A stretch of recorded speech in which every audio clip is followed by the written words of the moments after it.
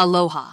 Thanks for your consideration of the views expressed in this ThinkTech commentary, which we are calling, This Wasn't Supposed to Happen. This wasn't supposed to happen. Never again. Isn't that what we said after World War II when we found out what went on in the Holocaust, now 70 years ago?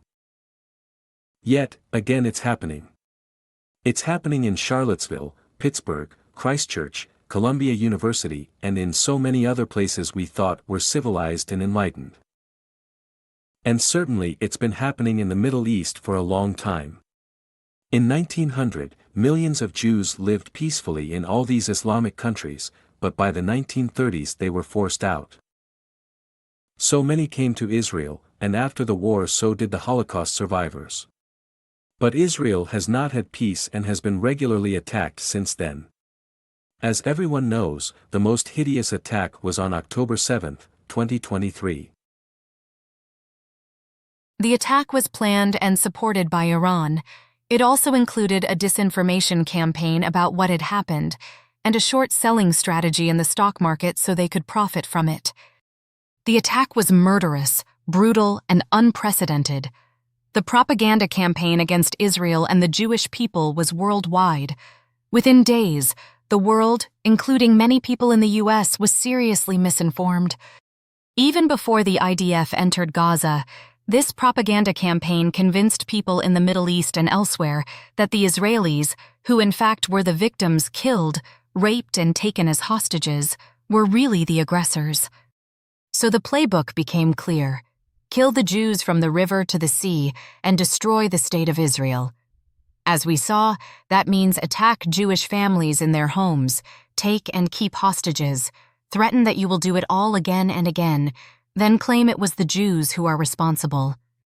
And when the state of Israel responds to try to stop and prevent further attacks like this, use every media to tell the world that it is the Israelis who are perpetrating war crimes, genocide, and humanitarian violations.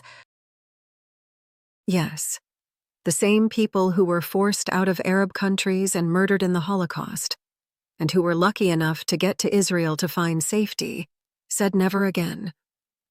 The world in general said never again. But now we see that the same things are happening again.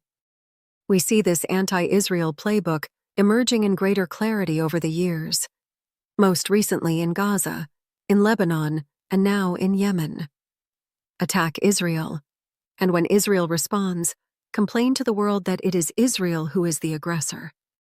Israel has been fighting a defensive war to protect its people and preserve its state for many years, and for more than a year, since the October 7th atrocities. This is a huge burden on its people and its society. The irony is 10 feet tall. It is troubling that Islamic militants are dedicated to violent terrorism and the destruction of the one democracy in the region. It is even more troubling that there are those in our country and in our colleges who would encourage them to do so. In the Holocaust, we asked where God was. We asked whether humanity was essentially flawed, and whether decency could ever prevail against such darkness. But the war and the Holocaust were not enough to answer that. We, all of us, still need to come to terms with it. We should worry for Israel and the Jewish people. Why is there so much hate these days? In the Middle East, the U.S., Europe especially, including the AfD in Germany. The amnesia is palpable, and it seems to be getting worse. Trump says he will protect Israel. He speaks politically for the Christian nationalists, but he is neither altruistic nor capable of caring. Can we trust him?